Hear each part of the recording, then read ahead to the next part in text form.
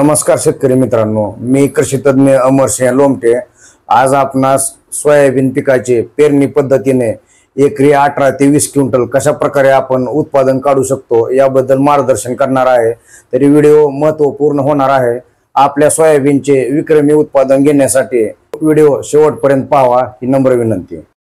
Soybean हे खरीप हंगामात येणाऱ्या तेलबियापैकी एक प्रमुख पीक असून या पिकाचा एकूण तेल उत्पादनापैकी 52% हिस्सा एका सोयाबीन पिकाचा आहे। सोयाबीन या पिकापासून सोया तेल, सोया डीओसी, त्याच पद्धतीने सोया मिल्क, सोया पनीर, सोया चंक या अशा विविध प्रकारचे पदार्थ तयार केले जातात। हे द्विदल वर्गीय पीक असल्यामुळे या पिकाच्या मुळावर गाठी असतात। त्यामुळे आपल्या जमिनीला सोयाबीनमुळे नत्राचा पुरवठा देखील केला जातो। सोयाबीनची मळणी केल्यानंतर मिळणारे बुसकट जनावरांसाठी चारा म्हणून उपयोगात आणले जाते। या विविध बहुउपयोगी पद्धतीमुळे सोयाबीनचे देशांतर्गत तसेच आंतरराष्ट्रीय बाजारात दिवसेंदिवस मागणी वाढत चालली आहे।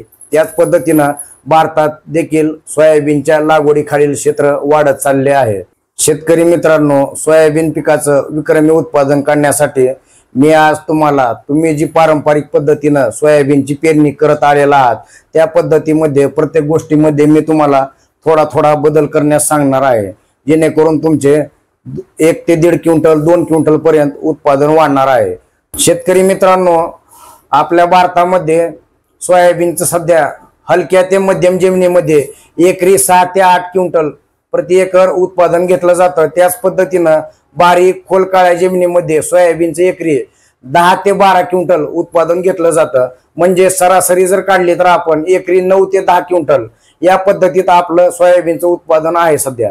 तर हे 9 ते 10 क्विंटलचं उत्पादन जे आहे ते आपल्याला एकरी 18, 20, 22 क्विंटल कशा पद्धतीने काढता येईल तर याबद्दल मी तुम्हाला आज मार्गदर्शन करणार आहे।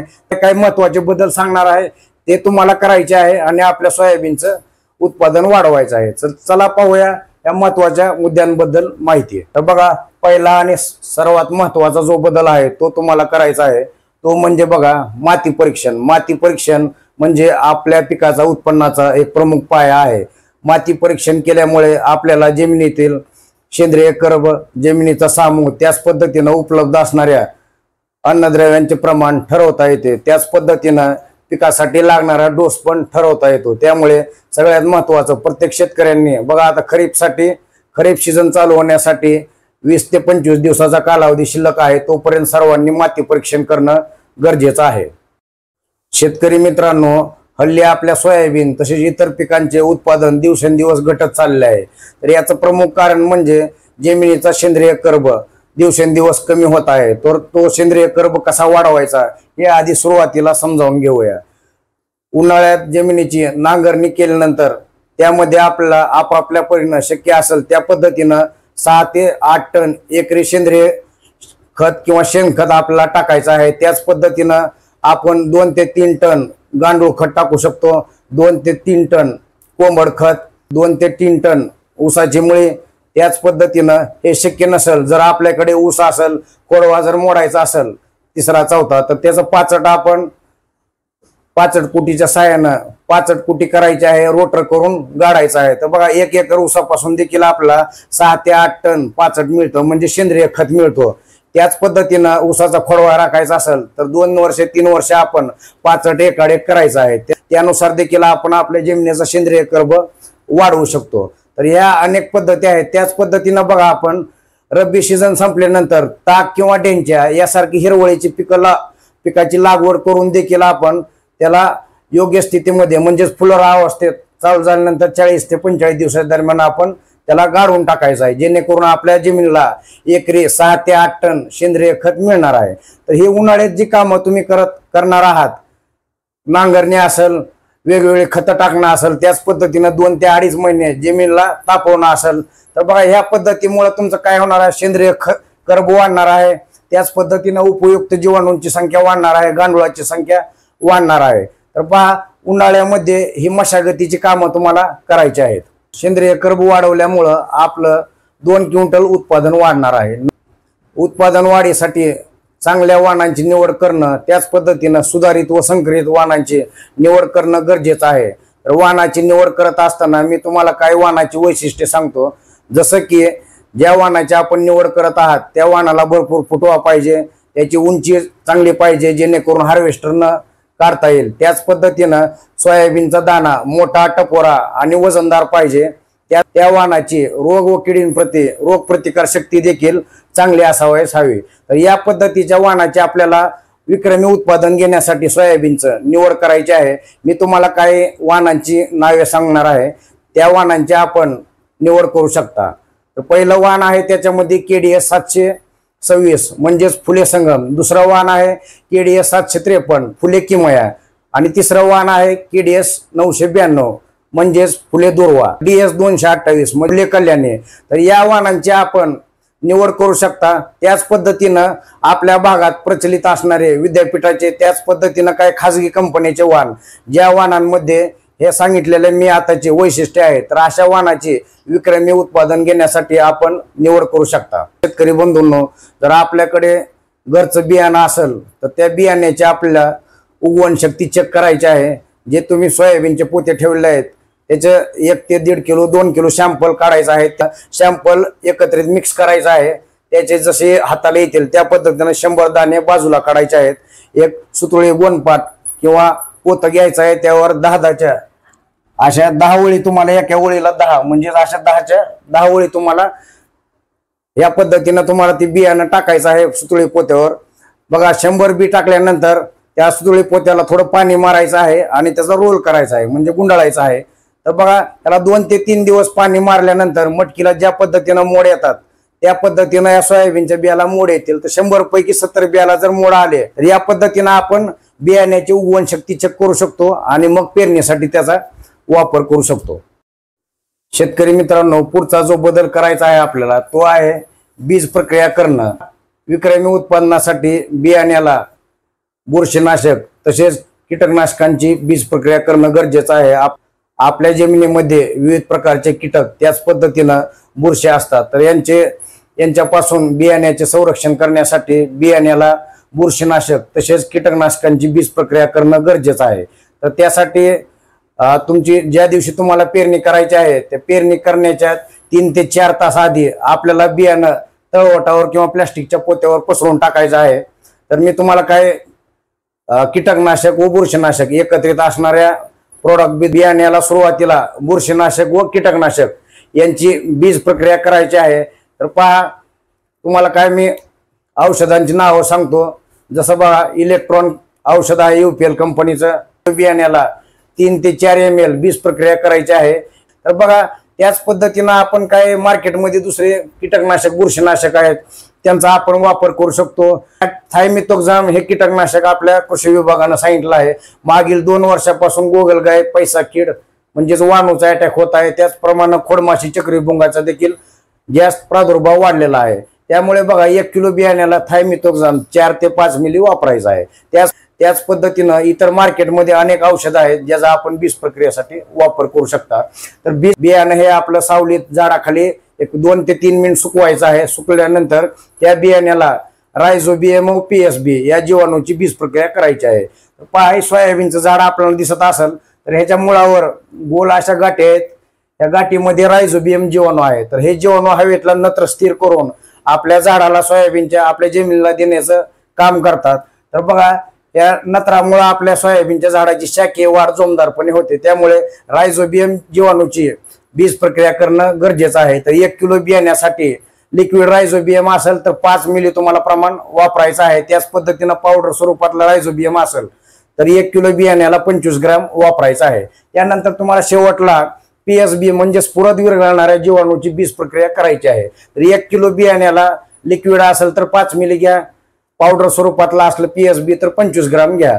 तर स्फुरद जर उचलला जीवाणू मार्फत तर बघा स्फुरदामुळे आपल्या सोयाबीनच्या झाडाचा अधिक फुटवा होणार आहे। त्याच पद्धतीनं फुलकळीची संख्या पण वाढणार आहे, त्यामुळे स्फुरदाची खूप गरज आहे। त्यामुळे रायझोबियम आणि स्फुरद विरघळणाऱ्या जीवाणूंची बीज प्रक्रिया आपल्याला करायची आहे। तर बीज प्रक्रियेचा पहा, सर्वात महत्वाचा जो फायदा आहे तो म्हणजे आपल्या उत्पन्नात बघा 15 ते 20% वाढ होणार आहे। 1 ते 1.25 क्विंटल पर्यंत फक्त बीज प्रक्रिया केल्यामुळे आपल्या उत्पन्नात वाढ होणार आहे। तर त्यानंतर पाहूया लागवडीचा कालावधी। शेतकरी बंधूंनो, सोयाबीन पिकाचं विक्रमी उत्पादन घ्यायचं असेल तर लागवडीचा कालावधी खूप महत्वाचा आहे। तर यामध्ये बघा 15 जून ते 15 जुलैच्या दरम्यान आपली पेरणी झाली पाहिजे। जसे जुने माणसं म्हणतात की मृग नक्षत्रात जर पेरणी झाली आहे तर रोग किडींचा प्रादुर्भाव कमी असतो आणि उत्पन्नात देखील वाढ होते। पण पहा, मान्सून काय आपल्या हातात नाही, पण शक्य असेल तर जून महिन्यात पेरणी झालेली चांगली। त्याच पद्धतीनं बघा, पेरणी झाल्यानंतर बघा, पेरणीसाठी सगळ्यात महत्वाचा आहे तो म्हणजे ओलावा। तर ह्या वर्षी तापमान खूप आहे, तर पेरणीसाठी बघा 75 ते 100 मिलीमीटर पाऊस झाल्यानंतरच आपल्याला सोयाबीनची पेरणी करायची, म्हणजे जमिनीमध्ये 6 ते 8 इंच ओलावा असणं गरजेचं आहे। त्याच पद्धतीनं मान्सूनचे पूर्व मोसमी जे पाऊस आहेत 3 ते 4 पाऊस चांगले होऊ द्यायचे आहेत, जेणेकरून आपल्या जमिनीची उष्णता कमी होईल। जमिनीत पेरणी केल्यानंतर बी आपलं नासणार नाही।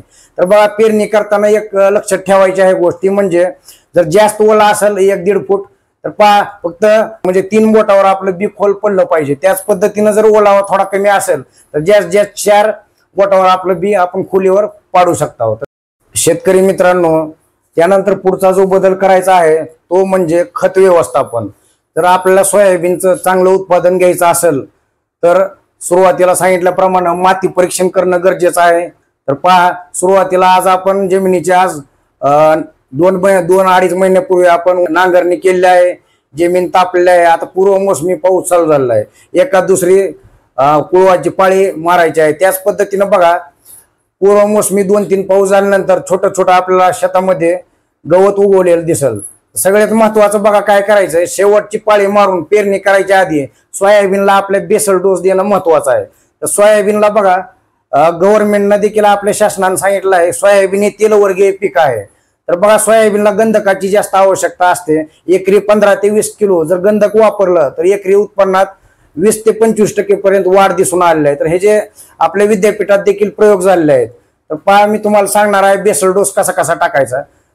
जर तुमच्याकडे पाण्याची सोय असेल तर बघा, ह्या पद्धतीनं तुम्हाला बेसल डोस टाकायचा आहे। 1 एकर क्षेत्रासाठी 2 ते 3 बॅग आपल्याला सिंगल सुपर फॉस्फेट खत घ्यायचं आहे। त्याच पद्धतीनं मी तुम्हाला काय खताची नावं सांगणार आहे ती पोते बघा, 1 ते 2 बॅग ती तुम्हाला खत घ्यायचं आहे। जसं 20-20-0-13 आहे, 12-32-16 आहे, 10-26-26 आहे, DAP आहे, 14-35-14 आहे। तर आपल्या जमिनीच्या माती परीक्षणानुसार सांगितलेलं ग्रेडचे 1 ते 2 बॅग घ्यायचं।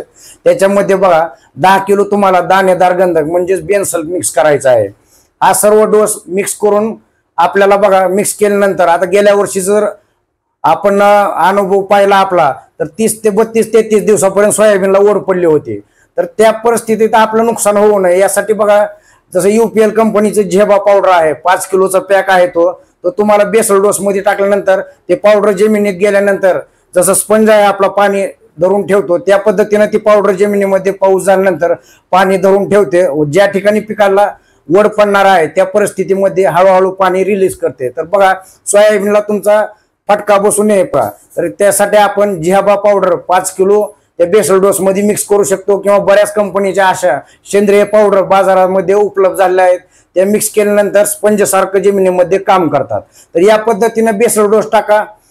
त्याच पद्धतीनं दुसरा एक पद्धत आहे ती म्हणजे पहा, जमीन शेवटची पाळी मारून पेरणीच्या आधी एकरी 2 ते 3 बॅग सिंगल सुपर फॉस्फेट खत घ्यायचं आहे। त्याच्यामध्ये झेबा पावडर किंवा अशी पाणी धरून ठेवणारी पावडर मिक्स करून शेतामध्ये समसमान तुम्हाला फेकून टाकायचे आहे। त्यानंतर शेताला आपल्या कुळवाची पाळी मारायची आहे आणि मग नंतर पेरणी करायची आहे। तर पेरणी करत असताना बघा, तुम्ही नंतर आपल्या माती परीक्षणानुसार तुम्हाला सांगितलेली जी खत आहेत 20-20-0-13, 12-32-16, DAP, 14-35-14, 10-26-26 ह्याच्यापैकी कोणतेही 2 ग्रेड तुम्ही एकत्रित मिक्स करून तुमचा पेरताना पेरणी करू शकता। त्यासोबत तुम्हाला 10 किलो बेन्सल वापरायचं आहे। तर या पद्धतीनं बेसल डोसचे आपण निवड करू शकता। या पद्धतीनं आपल्याला खत व्यवस्थापन करायचं आहे। बाकी खताच्या जी फवारण्या आहेत आपण विद्राव्य खताच्या फवारण्या आपण फवारणीद्वारे देणार आहात। शेतकरी मित्रांनो, पुढचा जो बदल आहे तो करायचा आहे आपल्या लागवड पद्धतीमध्ये। सध्याची जी आपली पेरणी आहे ती आपली झिडकीची पेरणी आहे, म्हणजे 18 इंचाची।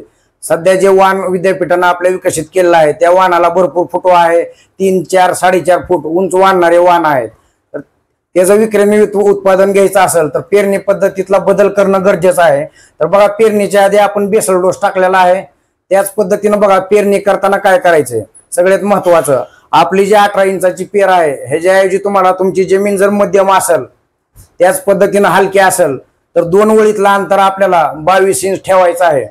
22 इंच अंतर ठेवून आपल्याला पेरणी करायची आहे. पेरणी करत असताना आपली एकरी 15 ते 18 किलो बियाण्याचा वापर करायचा आहे. त्याच पद्धतीनं आपली जमीन खोल काळी कसदार असेल तर 2 ओळीतलं अंतर आपल्याला 24 इंचाचं ठेवायचं आहे. म्हणजे 2 फुटाचं 2 ओळीत अंतर ठेवायचं आहे आणि एकरी तुम्हाला 15 ते 18 किलो बियाण्याचा वापर करायचा आहे, जेणेकरून आपल्या सोयाबीनला भरपूर फुटवा होईल आणि वाढ देखील होईल. तर या पद्धतीनं बघा, हलक्या मध्यम जमिनीसाठी 2 ओळीतलं 22 इंच अंतर आणि खोलकाळ्या भारी जमिनीसाठी 2 ओळीतलं 24 इंच अंतर ठेवून आपल्याला पेरणी करायची आहे. तर आपल्या ट्रॅक्टरला त्या पद्धतीनं आपण सेटिंग करून घेऊ शकतो. आता पाहूया तण नियंत्रणाबद्दल किंवा तणनाशकांबद्दल माहिती. शेतकरी मित्रांनो, सोयाबीन पिकाला आपण 2 पद्धतीनं तणनाशकाचा उपयोग करू शकतो. तर पहिली पद्धत आहे पेरणीनंतर लगेच तणनाशक मारणं आणि दुसरी पद्धत आहे 16 ते 25व्या दिवशी तणनाशकाचा वापर करणं.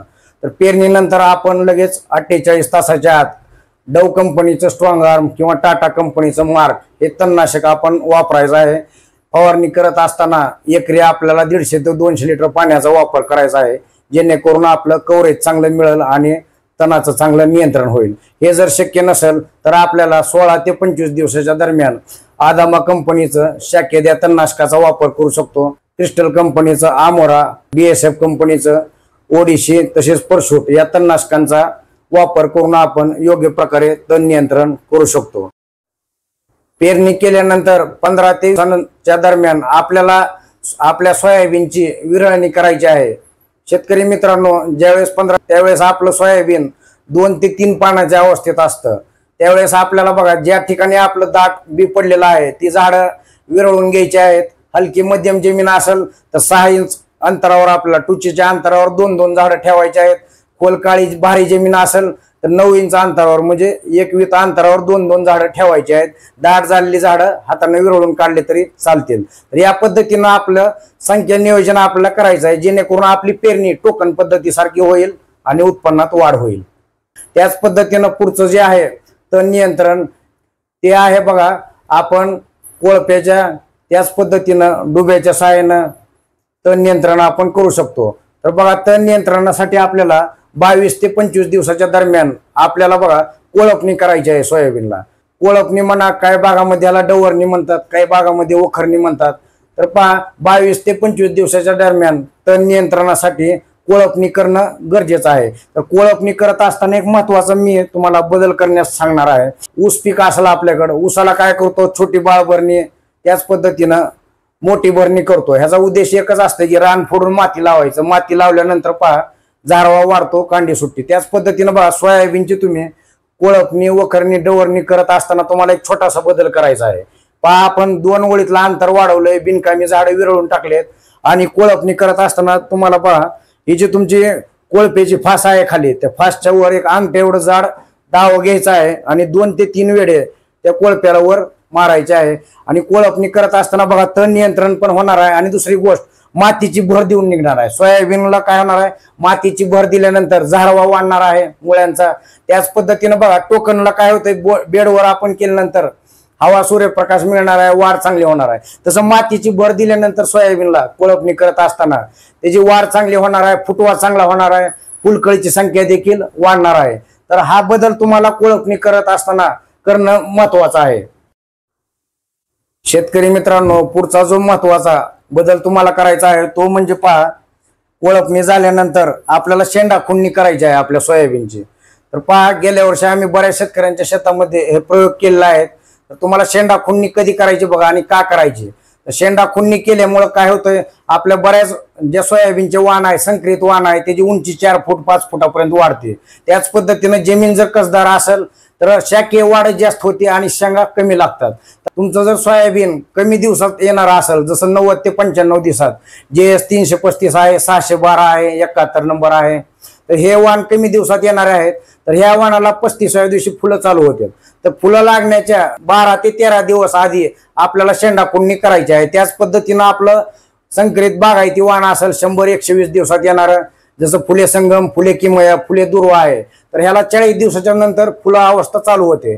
तर त्याचा कोळपणी झाल्यानंतर 25 ते 28 दिवसाच्या दरम्यान ह्याची शेंडा खुडणी करायची आहे. शेंडा खुडणी काय हाताने करणं शक्य नाही, तर तुम्हाला काय करायचंय, मार्केटमध्ये असं तुम्हाला शेंडा खुडणी यंत्र मिळतंय. मशिनरीच्या दुकानात किंवा ऑनलाईन Amazon, फ्लिपकार्ट वर देखील आपण जाऊन ऑनलाईन त्याची ऑर्डर टाकू शकता. 600 ते 800 रुपये तुम्हाला असंही शेंडा खुडणी यंत्र मिळून जाईल. तर पहा, ह्याला खाली इथं वायर दिले आहे. तर ही वायर काय करायची, तुम्हाला लांब वायर आणि खाली पिन असते याला. तर ही पिन तुम्हाला इथं, तुम्हाला बॅटरी जो पंप आहे तुमचा स्प्रेअर बॅटरी पंप, त्या पंपाला ही पिन तुम्हाला इथं जोडायची आहे आणि ह्याला इथं बटन दिलेलं आहे. तर हे बटन जर आपण चालू केलं तर ऑटोमॅटिक पुढे जे ह्याला ब्लेड दिलेला आहे, ब्लेड फिरायला चालू होते. आणि अलगद तुम्हाला एक जरी मजूर तुम्ही लावला तरी आरामात एक मजूर तुमचा माणूस 1 ते 1.5 एकर सोयाबीनचा शेंडा एका दिवसात सहज खुडू शकतो. फक्त शेंडा खुडताना वरचे 2 पानाचा शेंडा अलगद खुडायचा आहे, जेणेकरून तुमचा फुटवा झाला पाहिजे, नुकसान झालं नाही पाहिजे. तर या पद्धतीने शेंडा खुडायचा आहे. शेंडा खुडल्यानंतर पहा, तुमचा फुटवा भरपूर होणार आहे आणि एकरी तुमचं 1.5 ते 2 क्विंटल सोयाबीनचं सहज ॲव्हरेज वाढणार आहे. तर या पद्धतीने शेंडा खुडणी करणं गरजेचं आहे, जेणेकरून अतिरिक्त शाकीय वाढ पण थांबवता येईल आणि उत्पन्नात वाढ होईल. शेतकरी मित्रांनो, सोयाबीन पिकाचं विक्रमी उत्पादन घेण्यासाठी आपल्याला सोयाबीनच्या 3 महत्वाच्या अवस्था माहीत असणं गरजेचं आहे. पहिली आणि महत्वाची जी अवस्था आहे सोयाबीनची, ती आहे वाढीची आणि फुटवेची अवस्था. 15 दिवसापासून 40 दिवसापर्यंत आपल्या सोयाबीनला वाढ आणि फुटवा होतो. दुसरी अवस्था आहे फुलाची अवस्था. 35-40 दिवसापासून ते 65-70, 75 दिवसापर्यंत वाणावाईज आपल्या सोयाबीनला फुलं लागतात. त्याच पद्धतीनं तिसरी अवस्था आहे शेंगा भरायची अवस्था, दाणे भरण्याची अवस्था. तर या 3 अवस्थेत आपलं पाणी व्यवस्थापन, त्याच पद्धतीनं काटेकोर कीड रोग व्यवस्थापन करणं गरजेचं असतं. तर सुरुवातीला बघू पाणी व्यवस्थापन. पाणी व्यवस्थापन खूप महत्वाचं आहे आपल्या सोयाबीनला. पहा, ही 3 अवस्था जी मी तुम्हाला सांगितलं आहे, या अवस्थेत ज्या ज्या वेळी पावसाची ओढ असेल त्यावेळेस आपल्याला काय करायचं, सिंचन त्या ठिकाणी करायचं आहे. स्प्रिंकलर असेल, रेन पाईप असेल, ड्रीप असेल किंवा पाटपाण्याने देखील आपण सोयाबीनला आपल्या पाणी देऊ शकतो. तर या पद्धतीनं पाणी व्यवस्थापन करायचं आहे. आता पाहूया आपण रोग व कीड व्यवस्थापन. तर पहा, 3 अवस्था जी मी सांगितल्या आहेत महत्वाच्या, ह्याच्यामध्ये रोग कीड व्यवस्थापन करणं खूप महत्वाचं आहे, जेणेकरून आपल्या उत्पन्नात घट येणार नाही. सुरुवातीला आपण पाहूया वेगवेगळे कोणते कोणते किडे येतात आपल्या सोयाबीनवर, त्याबद्दल माहिती आहे. पेरणीनंतर सोयाबीनला आपल्या सुरुवातीला मागील 2 वर्षापासून गोगलगाय, त्याच पद्धतीनं वाणू म्हणजेच पैसा किडीचा प्रादुर्भाव वाढलेला दिसत आहे. तर यासाठी एक सोपा उपाय आपल्याला करायचा आहे की उन्हाळ्यामध्ये त्याच पद्धतीने पेरणीच्या आधी एकरी 4 ते 6 पोते कोंबड खत जर आपण टाकला तर आपल्याला गोगलगाय आणि वाणू किडीचा प्रादुर्भाव कमी दिसून आलेला आहे. याचं कारण असं की गोगलगाय हा शीत रक्ताचा प्राणी आहे, तर कोंबड खतामध्ये उष्णता असते. तर या पद्धतीनं कोंबड खताचा अवलंब आपण शेतामध्ये केला पाहिजे.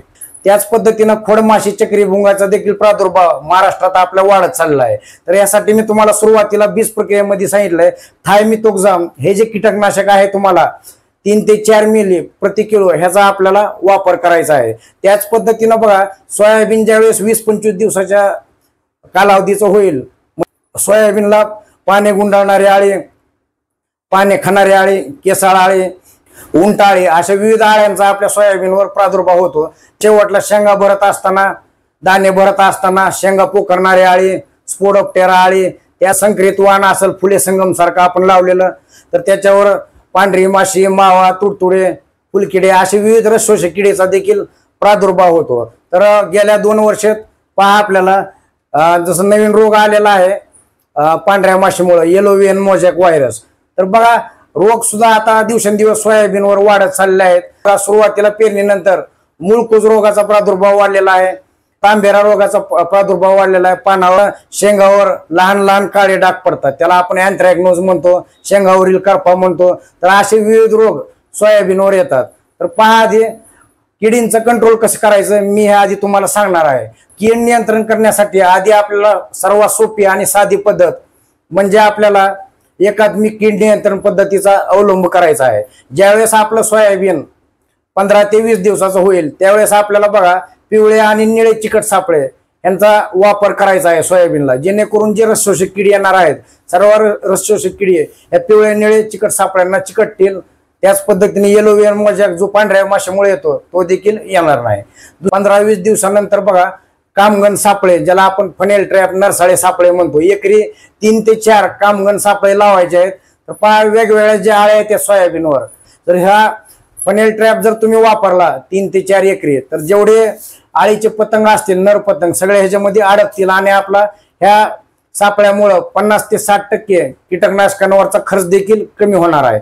त्याच पद्धतीनं कोळपणी झाल्यानंतर काय करायचं, आपल्या शेतामध्ये एक उभी काठी अशी घ्यायची आहे, सोयाबीनपेक्षा उंची एक आडवी काठी अशी तुम्हाला लावायची आहे. याला पक्षी थांबा म्हणतात.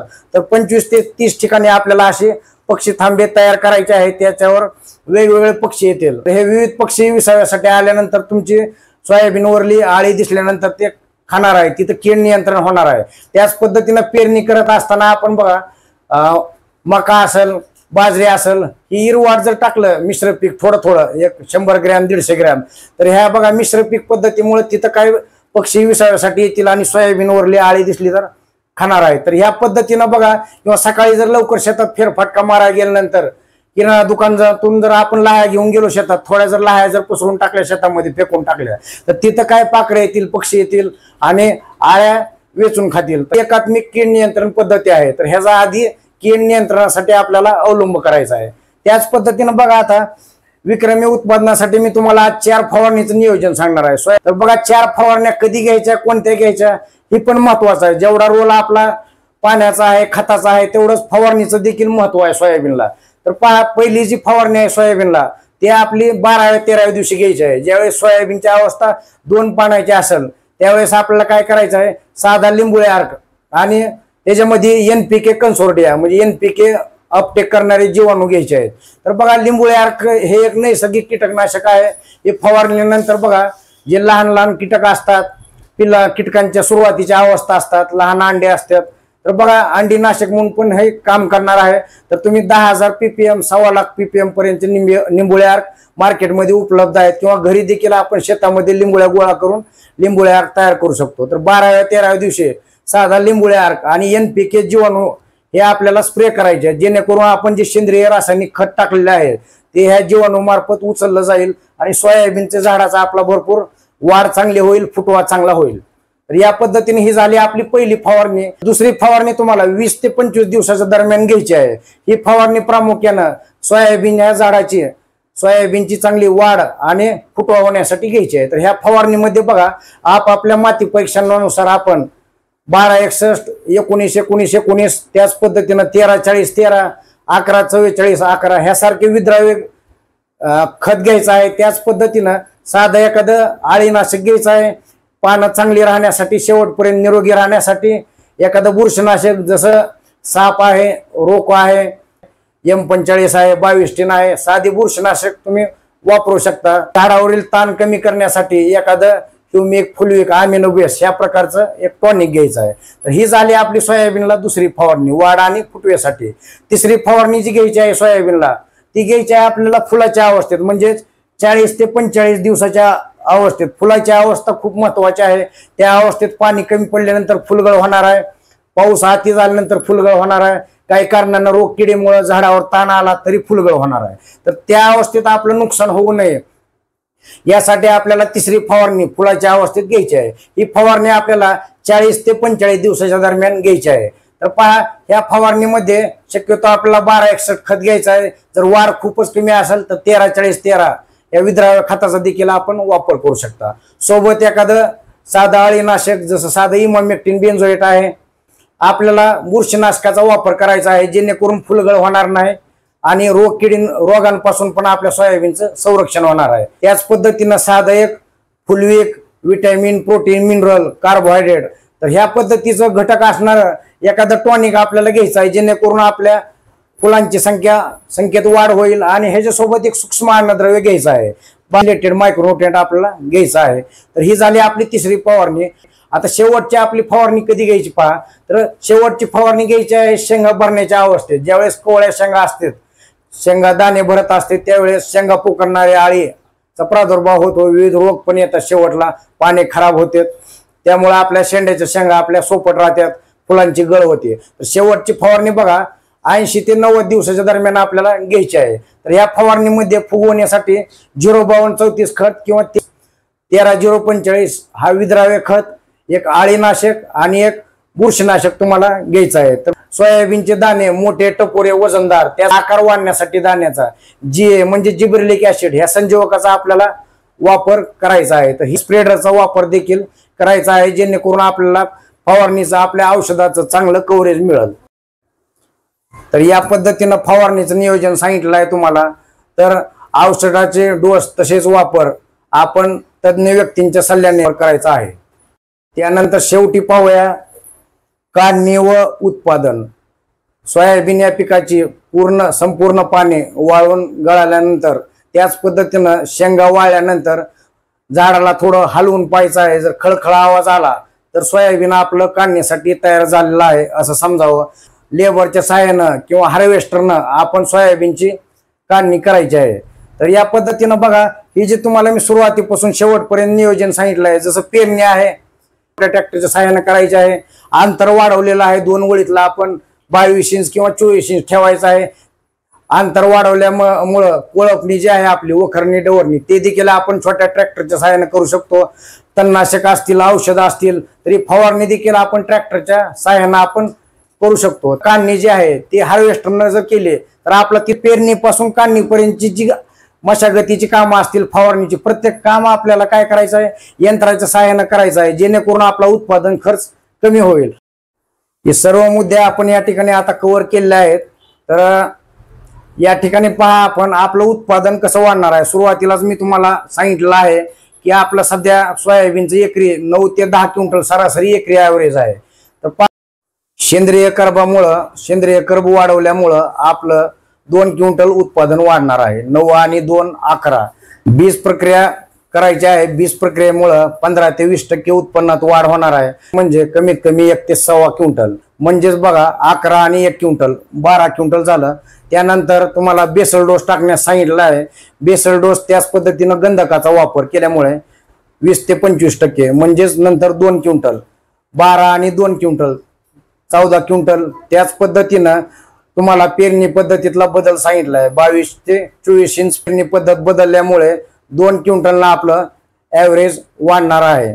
14 आणि हे 2 16 क्विंटल आपणाला सोयाबीनचा शेंडा खुडणं ही एक प्रक्रिया सांगितली आहे, याच्यामुळं आपलं 2 क्विंटल उत्पन्न वाढणार आहे। 16 आणि 2 18 क्विंटल। आणि तुम्हाला शेवटी सांगितलं आहे की 4 महत्वाच्या फवारण्या सोयाबीनला, जेवढा रोल बाकी गोष्टीचा आहे तेवढाच फवारणीचा देखील रोल आहे। तर सोयाबीनचं 2 क्विंटल उत्पादन वाढ होणार आहे। 18 आणि हे 2 क्विंटल। तर या पद्धतीनं आपल्याला बघा 18 ते 20 क्विंटल या पद्धतीनं आपलं ॲव्हरेज एकरी निघणार आहे, ज्याची मेहनत चांगली आहे। जो शेतकरी सुरुवातीपासून शेवटपर्यंत काटेकोर मेहनत करणार आहे, प्रत्येक गोष्ट वेळेवर करणार आहे, त्याचा 18 ते 20 जास्तीत जास्त त्याचा 22 ते 23 क्विंटल पर्यंत देखील एकरी ॲव्हरेज मिळू शकतं। तर या पद्धतीनं मी आज तुम्हाला सोयाबीनचं सोप्या पद्धतीनं पेरणी पद्धतीनं टोकन सारखी पेरणी कशी करायची आणि कमी कष्टामध्ये जास्तीत जास्त यांत्रिकीकरणाचा वापर करून कसं विक्रमी उत्पादन घ्यायचं याबद्दल सर्व माहिती तुम्हाला दिलेली आहे। हे शेतकरी बांधव, मी सुरुवातीला सांगितल्यापासून शेवटपर्यंत प्रत्येक गोष्ट काटेकोरपणे करणार आहेत, त्या सर्व शेतकरी बांधवांना सोयाबीनच्या यावर्षी चांगलं उत्पादन मिळणार आहे।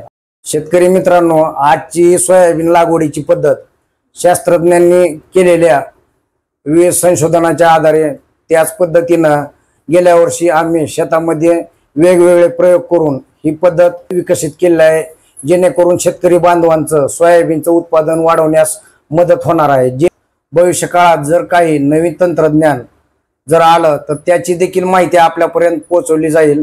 त्यासाठी व्हिडिओला लाईक करा, जास्तीत जास्त शेतकरी बांधवांपर्यंत हा व्हिडिओ पोहोचवण्यासाठी व्हिडिओ शेअर करा आणि चॅनलवर नवीन असाल तर चॅनलला नक्की सबस्क्राईब करा, जेणेकरून आपलं उत्पादन वाढवण्यासाठी नवीन नवीन माहितीचे व्हिडिओ आम्हाला आपल्यापर्यंत पोहोचवता येतील।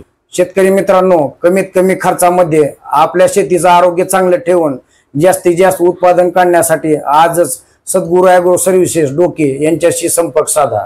धन्यवाद।